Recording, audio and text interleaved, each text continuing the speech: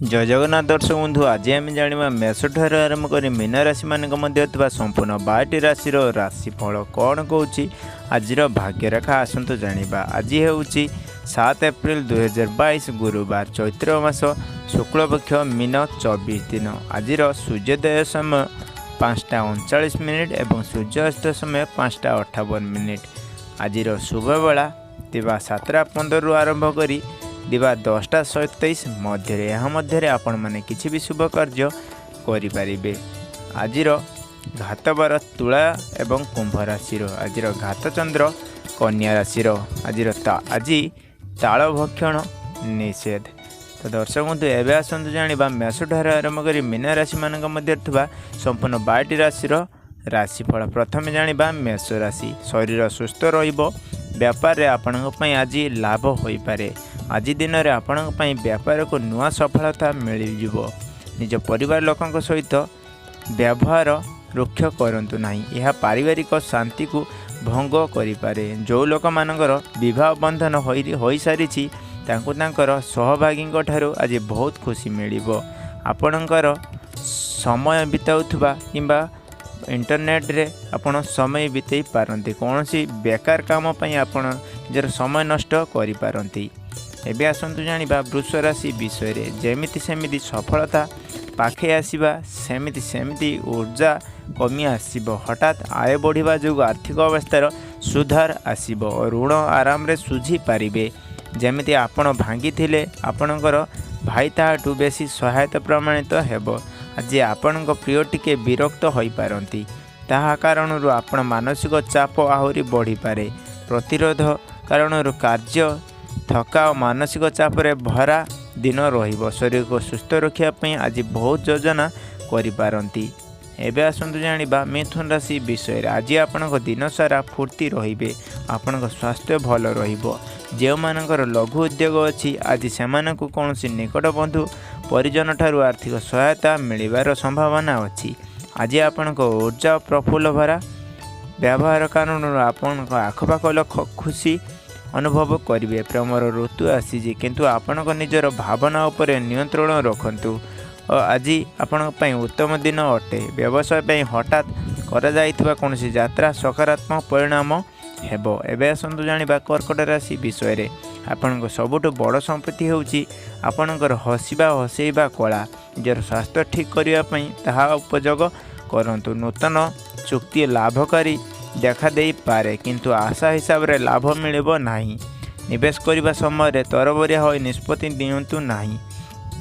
निजर अहंग भाव जोगु परिवार लोकंको निज असुविधा न कही आपण आवरी बड़ असुविधार सम्मुखीन होई पारंती। मने रखंतु परिवार निज असुविधा कहिले असुविधार समाधान होई थाए बढ़ेनी। संध्या बेले किछि विशेष काम पई योजना आपण करिपा। आज आपण रचनात्मक काम ठारू चाकरी करिबा भल हेबो। एबे आसंतु जानिबा सिंह राशि विषय रे। पूर्णतया और सुख मजा आज भोग करि पारिबे। जदि बा अर्थ आपण पई सबुठार बेसी महत्वपूर्ण तेबे यहाँ आपको आपणकर संपर्क खराब करने उचित नुहे। घरे और आखपाख लोक छोट मोट परिवर्तन घर सजरे बुद्धि आणिबो। आज आपण रसमय कल्पना और स्वप्नर दुनिया रे हजिजिबे। कार्यालय रे स्नेहर परिवेश रहिबो। एही समय निज योजना और शक्ति को परीक्षा करने शुभ अच्छी। आपणकर विवाह जड़ित परिहास सोशल मीडिया रे पड़िकी हसुथिबे। एबे आसंतु जानिबा कन्या राशि विषय रे। निज स्वास्थ्य को ध्यान दियंतु। आज कौन एमती कुणिया आपण घर को आसीपारती जार आगमन आसंता मासर हेबाक थिबा खर्च एही मासरे होइजिवो। विवाह बंधन जड़ित होगापी यह आज उत्तम समय रहिबो। आज आपणक सबुठ उत्तम आचरण रुहंतु नचेत आपणक प्रियर मन खराब होई पारे। मिलित और संदिग्ध योजना अर्थ निवेश करने को दूरे रुहंतु। आपणकर कुशल भाव में काम करने योग्यता सबू असुविधार सुरक्षित रहिबो। एबे आसंतु जानिबा तुला राशि विषय रे। आपणक प्रिय सांग आपणकर परिचय कौन विशेष व्यक्ति सहित करेइबे जहा कारण आपण भावना उपरे गभीर प्रभाव पड़िबो। आज दिन सारा आपणक धन पई आज चेष्टा करुथिले मध्य धन लाभ ସନ୍ଧ୍ୟାରେ ହେବ। ଆପଣଙ୍କ ପାଇଁ ଜୀବନସାଥୀଙ୍କ ସ୍ୱାସ୍ଥ୍ୟ ଖରାପ ହେବା କାରଣରୁ ଆପଣ ମାନସିକ ଯନ୍ତ୍ରଣାରେ ଭୋଗି ପାରନ୍ତି। ପ୍ରେମ ଆପଣଙ୍କ ହୃଦୟର ଶାସନ କରେ। ନିଜ କ୍ଷେତ୍ରରେ ଆପଣଙ୍କୁ ଅପାର ସଫଳତା ପ୍ରାପ୍ତ କରିବାର ସମ୍ଭାବନା ଅଛି। ନିଜର ସକ୍ଷମ ଓ କ୍ଷମତାକୁ ବୃଦ୍ଧି ଆଣି ଅନ୍ୟମାନଙ୍କଠୁ ଅଧିକ ଉତ୍ତମ କରିବାକୁ ପ୍ରୟାସ କରନ୍ତୁ। ଆଜି ଘରର କୌଣସି ସଦସ୍ୟ ଆପଣଙ୍କ ସହିତ ସମୟ କାଟିବାକୁ ଯିବ। ଆଜି ଆପଣଙ୍କ ଜୀବନସାଥୀ ପ୍ରେମ କରିବାର ସବୁ ସୀମା ପାର କରିପାରନ୍ତି। ଏବେ ଆସନ୍ତୁ ଜାଣିବା ବିଛା ରାଶି ବିଷୟରେ। ଛଣାଛଣି ଖାଦ୍ୟ ପରିବାକୁ ପରିହାର କରନ୍ତୁ। ଚାକିରି ବାକିରି କରୁଥିବା ଲୋକଙ୍କୁ ଆଜି ଧନର ଆବଶ୍ୟକତା ପଡ଼ିପାରେ, କିନ୍ତୁ ସେମାନଙ୍କର ଅତୀତରେ ବାଜ୍ୟାପ୍ତି ଯୋଗୁଁ ଆଖପାଖରେ ପର୍ଯ୍ୟାପ୍ତ ପରିମାଣରେ ଧନ ନଥିବ। ସାଙ୍ଗମାନେ ଆଜି ଆପଣଙ୍କର ଦାତା ଆଚରଣର ଲାଭ ଉଠାଇବାକୁ ଚେଷ୍ଟା କରିବେ, କିନ୍ତୁ ଆପଣଙ୍କର ବର୍ଜନ କରନ୍ତୁ। ପ୍ରେମର ଜ୍ୱାଳା ଅନୁଭବ କରିବାର ଅତି କଷ୍ଟ, କିନ୍ତୁ ଆପଣ ପ୍ରେମର ଏହି ପାଗଳାମୀରେ କିଛିଟା ସୁଗନ୍ଧ ଅନୁଭବ କରିବେ। ଏହି ରାଶିର ବ୍ୟବସାୟୀମାନଙ୍କୁ ଆଜି ଅଚାନକ ଯାତ୍ରା କରିବାକୁ ପଡ଼ିପାରେ। ଏହା ଆପଣଙ୍କ ମାନସିକ ଚାପ ପକାଇପାରେ। ଏବେ ଆସନ୍ତୁ ଜାଣିବା ଧନୁରାଶି ବିଷୟରେ। ଶରୀରର କୌଣସି ଅଙ୍ଗରେ ପୀଡ଼ା ହେବାର ସମ୍ଭାବନା ଅଛି। କୌଣସି ଏମିତି କାର୍ଯ୍ୟଠୁ ନିଜକୁ ସୁରକ୍ଷା ରଖନ୍ତୁ ଯେଉଁଥିରେ ବେଶୀ ଶାରୀରିକ କଷ୍ଟ କରିବାକୁ ପଡ଼ିବ। ଭଲ ଭାବରେ ଆରାମ କରନ୍ତୁ। ପିତାମାତାଙ୍କ ସାହାଯ୍ୟ ଆପଣଙ୍କର ଆର୍ଥିକ ଅବସ୍ଥାରେ ଆଜି ବୃଦ୍ଧି ମିଳିପାରେ। ଘରର କିଛି ସମୟରୁ ରହିଯାଇଥିବା ସମୟ ଖର୍ଚ୍ଚ ହୋଇପାରେ। ଆଜି ଆପଣ ଆପଣଙ୍କର ପ୍ରକୃତ ପ୍ରେମକୁ ଅତି ମନେ ପକାଇ ପାରନ୍ତି, କିନ୍ତୁ ଆପଣଙ୍କ ଚିନ୍ତା କରନ୍ତୁ ନାହିଁ, କାରଣ ସମୟ ସାଙ୍ଗରେ ସବୁକିଛି ବଦଳି ଆପଣଙ୍କ ପ୍ରେମ ଜୀବନ ବି ଶୀଘ୍ର ବଦଳିଯିବ।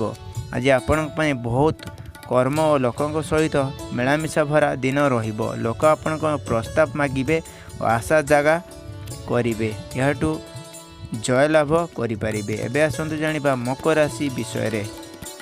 ସ୍ୱାସ୍ଥ୍ୟରେ ଚିକିତ୍ସା ପାଇଁ ଆଜି ଉତ୍ତମ ଦିନ ଅଟେ। ଆପଣଙ୍କ ଖୁସି ରହିବା ସ୍ୱାଭାବିକ ଆପଣଙ୍କ ଆତ୍ମବିଶ୍ୱାସର ବୃଦ୍ଧି ଆଣିବ। ଯଦି ଆପଣ କୌଣସି ବ୍ୟାଙ୍କ ଋଣ ପାଇଁ ଆବେଦନ କରିଥିଲେ ଅଥବା ଅପେକ୍ଷା କରିଥିଲେ, ଆଜି ଦିନରେ ତାହା ଆପଣଙ୍କୁ ମିଳିପାରେ। ଆପଣଙ୍କର ପରିହାସ କରିବାର ପ୍ରକୃତି ଯୋଗୁଁ ସମସ୍ତେ ଆପଣଙ୍କ ଆଡ଼େ ଆକର୍ଷିତ ହେବେ। ପ୍ରେମ କରିବା ପାଇଁ ଆଜି ଗୋଟେ ଭଲ ଦିନ ଅଟେ। ଆଜି ଆପଣଙ୍କ ପାଇଁ ଗୋଟେ ହିତକାରୀ ଦିନ, ତାହେଲେ ଅଧିକ ଲାଭ ଉଠାନ୍ତୁ। ଜୀବନର ଆନନ୍ଦ ନେବାକୁ ହେଲେ ବନ୍ଧୁମାନଙ୍କ ସମୟ ଦରକାର। ସମାଜଠୁ ରହିଲେ ଆବଶ୍ୟକତା ସମୟରେ କି ଆପଣଙ୍କୁ ସାଥ ଦେବେନି। ଏବେ ଆସନ୍ତୁ ଜାଣିବା କୁମ୍ଭ ରାଶି ବିଷୟରେ। ଆଜି ଆପଣଙ୍କ ଆଶାର ଯାଦୁ ଦୁନିଆରେ ଥିବା ଭଳିଆ ଅନୁଭବ କରିବେ। ବିବାହିତ ଦମ୍ପତିମାନଙ୍କୁ ଆଜି ସେମାନଙ୍କର ପିଲାମାନଙ୍କ ପଢ଼ା ପାଇଁ ଆଶା ଓ ଧନ ଖର୍ଚ୍ଚ କରିବାକୁ ପଡ଼ିବ। ଆପଣଙ୍କ ଅଧିକାଂଶ ସମୟ ସାଙ୍ଗ ଓ ପରିବାର ଲୋକଙ୍କ ସହିତ ବିତିବ। ଆଜି ଆପଣଙ୍କର ସହଭାଗୀ ଆପଣଙ୍କୁ ବହୁତ ଖୁସି ଦେବେ, ତାହା ଯୋଗୁଁ ଆପଣଙ୍କର ଉର୍ଜା ଉଚ୍ଚସ୍ତରୀୟ ରହିବ। ବ୍ୟବସାୟୀମାନଙ୍କ ପାଇଁ ଉତ୍ତମ ଦିନ ଅଟେ। ବ୍ୟବସାୟ ପାଇଁ ହଠାତ୍ କରାଯାଇଥିବା କୌଣସି ଯାତ୍ରା ସକାରାତ୍ମକ ପରିଣାମ ଦେବ।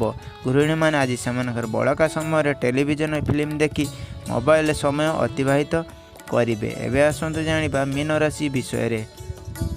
ପ୍ରେମ, ଆଶା, ଦୟା ଓ ଆଶାବାଦୀ ଓ ନିଷ୍ଠା ପରି ସକାରାତ୍ମକ ଭାବନାକୁ ଆଣେଇବେ। ଆଜି ନିଜର ଉତ୍ସାହିତ କରନ୍ତୁ।